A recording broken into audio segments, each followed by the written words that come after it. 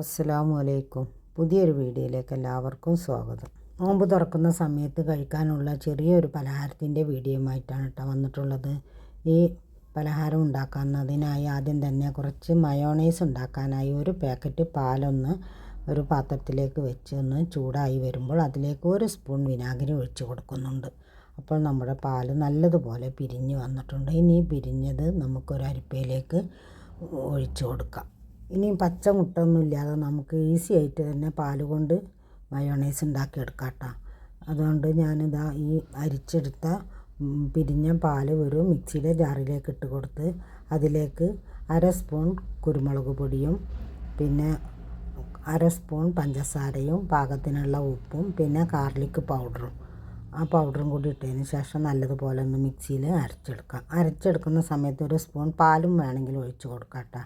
ഈ അരച്ചെടുത്ത മയോണൈസ് മാറ്റി വെക്കാം. ഇനി ഇതാ ഞാൻ 2 കപ്പ് മൈദ പൂരിക്കൊക്കെ കുഴച്ചെടുക്കുന്ന പോലെ കുഴച്ചെടുത്തിട്ടുണ്ട്. ഇനി ഇതിൽ നിന്നും ഓരോ ഉരുളകളും നമുക്ക് ഒരു ബൗളിൻ്റെ ബാക്ക് വശത്ത് വെച്ചൊന്ന് പരത്തിയിട്ട് നമുക്ക് ചൂടായ ഓയിലിലേക്ക് ഇട്ട് കൊടുത്തൊന്ന് ഫ്രൈ ചെയ്തെടുക്കാം. അപ്പോൾ നല്ലൊരു കുണ്ടുള്ള ഒരു അപ്പം പോലെ നമുക്ക് കിട്ടും ഇതിൻ്റെ ബാക്കിൽ വെച്ച് പരത്തിയെടുക്കുമ്പോൾ. ഇനി ഇങ്ങനെ ബൗളില്ലെങ്കിൽ നമ്മുടെ നല്ല വലിപ്പമുള്ള സ്റ്റീൽ ഗ്ലാസിൻ്റെ ബാക്കിൽ വെച്ച് ചെയ്തെടുത്താലും മതി.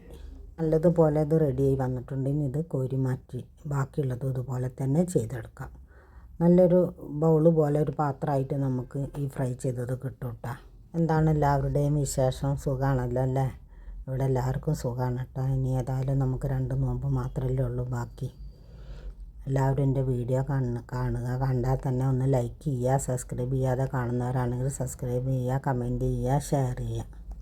ഇപ്പോൾ എല്ലാ മാവും ഞാൻ ഇതുപോലെ തന്നെ ചെയ്തെടുത്തിട്ടുണ്ട്.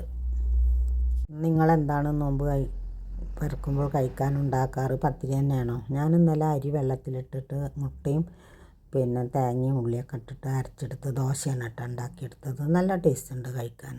ഇതാണ് നമ്മൾ അരച്ചെടുത്ത മയോണൈസ്. നല്ലൊരു അടിപൊളി മയോണൈസ് തന്നെയായിരുന്നു. ഇനി ഇതാ ഒരു ബൗളെടുത്ത് അതിലേക്ക് 1 കഷ്ണം കാബേജ് ചീകിയതും 1 ക്യാരറ്റ്, 1 കഷ്ണം ക്യാപ്സിക്കം, 1 സബോളയുടെ പകുതി ഇതെല്ലാം കൂടി മിക്സ് ചെയ്തതിന് ശേഷം പാകത്തിനുള്ള ഉപ്പ്, കുരുമുളക്, ചില്ലി ഫ്ലേക്സ് മിക്സ് ചെയ്തതിന് ശേഷം ഇതിൻ്റെ മുകളിലായി കുറച്ച് മയോണൈസും കുറച്ച് സോസും ഒഴിച്ച് നല്ലതുപോലെ ഒന്ന് മിക്സ് ചെയ്തെടുക്കാം. ഇനി നമ്മൾ നേരത്തെ ഫ്രൈ ചെയ്തെടുത്ത പലഹാരത്തിൻ്റെ ഉള്ളിലായി കുറച്ച് സോസും പിന്നെ മയോണൈസും ഒന്ന് സ്പ്രെഡ് ചെയ്ത് കൊടുത്തതിന് ശേഷം നമ്മൾ ഈ മിക്സ് ചെയ്ത ഫില്ലിങ് ഇതിലേക്ക് വെച്ച് കൊടുക്കാം. പിന്നെ ഞാൻ കുറച്ച് ചിക്കൻ സോയാ സോസും ഉപ്പും മുളകും മഞ്ഞളൊക്കെ ഇട്ടൊന്ന് ഫ്രൈ ചെയ്തെടുത്തിട്ടുണ്ടായിരുന്നു കേട്ടോ. ഈ ഫ്രൈ ചെയ്തെടുത്ത ചിക്കനും ഇതിൻ്റെ മുകളിലായി വെച്ച് കൊടുത്ത് ഇതിൻ്റെ മുകളിൽ വീണ്ടും കുറച്ച് സോസും മയോണൈസും വെച്ച് കൊടുത്ത് നമുക്ക് നല്ലതുപോലെ ഫില്ല് ചെയ്തെടുക്കാം.